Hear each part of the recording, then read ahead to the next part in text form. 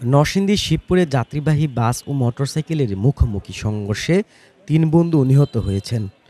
সোমবার রাত 11:30টার দিকে ইটাখলা মঠখলা আঞ্চলিক সড়কের উপজেলার বান্দারদি এলাকায় এই দুর্ঘটনা ঘটে। নিহতরা হলেন শিবপুর উপজেলার মাসিমপুর ইউনিয়নের মির্জাকান্দি এলাকার মৃত জামাল উদ্দিনের ছেলে সাইফুল ইসলাম, বদু মিয়ার ছেলে আশিক মিয়া ও বাবুল মিয়ার ছেলে অপু মিয়া। তারা ৩ জন বন্ধু ছিলেন। পুলিশ ও স্থানীয়রা জানায়, সোমবার সন্ধ্যায় সাইফুল, আশিক ও অপু নরসিংদী শহরে খেলার সামগ্রী কেনার জন্য এসেছিলেন। বাড়ি ফেরার পথে রাত 11:30টার দিকে ইটাখলা মঠখলা আঞ্চলিক সড়কের বান্দারদি এলাকায় সামনে থেকে আসা একটি বাসের সঙ্গে তাদের মোটরসাইকেলের মুখোমুখি সংঘর্ষ হয়। এ সময় ৩ জনের দুমড়ে মুচড়ে যাওয়া ওই মোটরসাইকেল থেকে সড়কে ছিটকে পড়ে আহত হন।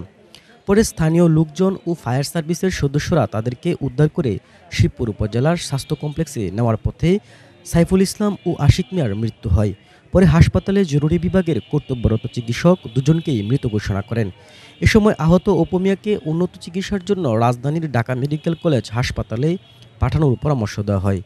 ঢাকা নেওয়ার পথে অপু মিয়ারও মৃত্যু হয়। মোটরসাইকেলে এইটা খোলা থেকে বাড়িতে আসতেছিল আর কি, তখন দুইটা বাসে ওদেরকে চাপ দেয়। দুইটা হলো অনন্য পরিবহন, চাপ দিলে ঘটনাস্থলে 2 জন মারা যায়।